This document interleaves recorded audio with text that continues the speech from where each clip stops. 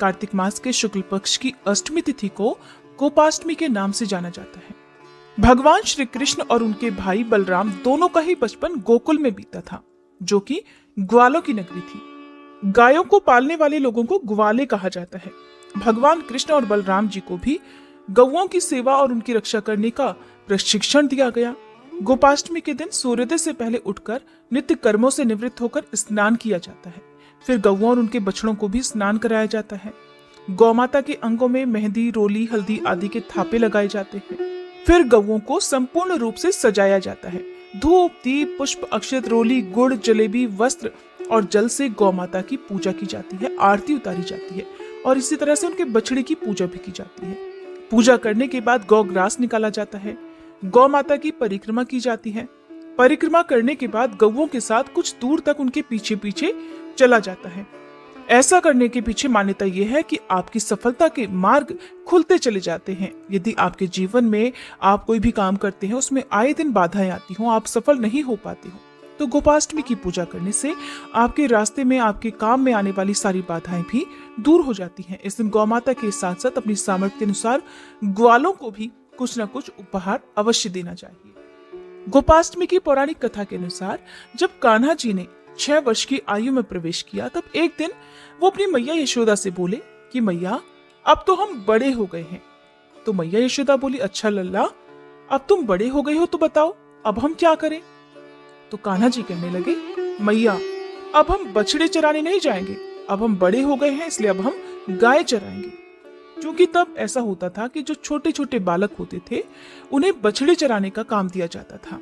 गौ माता बड़ी होती हैं तो उन्हें चराने के लिए बड़ी आयु के ग्वाले ही जाया करते थे। कान्हा जी का गौओं के प्रति और बछड़ों के प्रति प्रेम तो सभी को पता था। कान्हा जी की बात सुनी तो मैया कहने लगी, अच्छा ठीक है, अपने बाबा से पूछ लेना। मैया के ऐसा कहते ही झट से कान्हा जी तो नंद बाबा से मिलने और उनसे पूछने के लिए ही पहुंच गए। बाबा के पास पहुंचे और बाबा से कहने लगे कि बाबा, अब से हम गाय चराने जाएंगे। बाबा ने सुना तो बाबा ने भी कहा, अरे लाला, अभी तो तुम बहुत छोटे हो, अभी तुम केवल बछड़े ही चराओ, जब बड़े हो जाओगे तो गौवे भी चरा लेना। लेकिन कान्हा जी कहाँ मानने वाले थे। कहने लगे, बाबा, अब से मैं बछड़े नहीं चराऊंगा, मैं तो गाय ही चराऊंगा। जब कान्हा जी नहीं माने तो फिर बाबा बोले, अच्छा ठीक है लाला, तुम पंडित जी को बुला लाओ, वो गौचारण का मुहूर्त देखकर बता देंगे, फिर उसके बाद से तुम गौवे चराने जाने लगना। कान्हा जी को बस इसी बात का इंतजार था।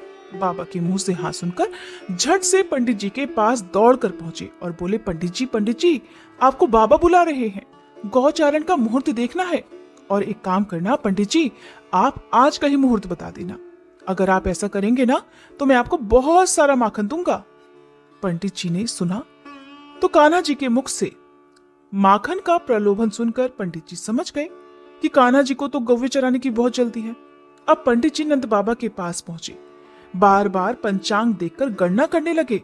तब नंद बाबा ने पूछा, पंडित जी क्या बात है, आप बार बार क्या गिन रहे हैं। इधर कान्हा जी ने तो पंडित जी को पहले ही पट्टी पढ़ा दी थी। उन्होंने पंडित जी को ढेर सारा माखन देने का लालच जो दे दिया था। प्रभु के हाथों से माखन खाने का आनंद ही कुछ और है।